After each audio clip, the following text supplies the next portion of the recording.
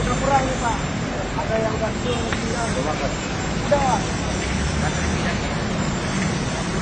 Di sini berada bapak-bapak wakil rakyat. Yang di dalam gedung ini berada bapak-bapak wakil rakyat.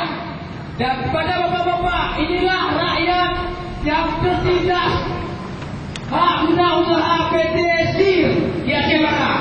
Kami menyampaikan kepada bapak bahwa kami adalah korban PT SIR di Aceh Barat.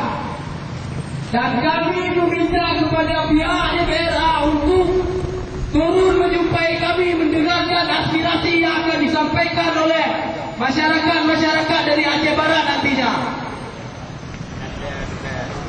Kepada semua bapak-bapak, kita masih satu lagi kita keseriusan kita satu lagi menghadap dengan bapak-bapak nantinya untuk menyampaikan aspirasi.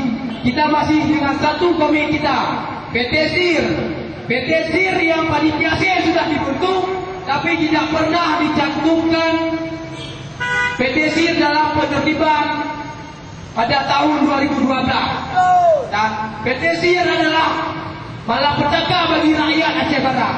Betul?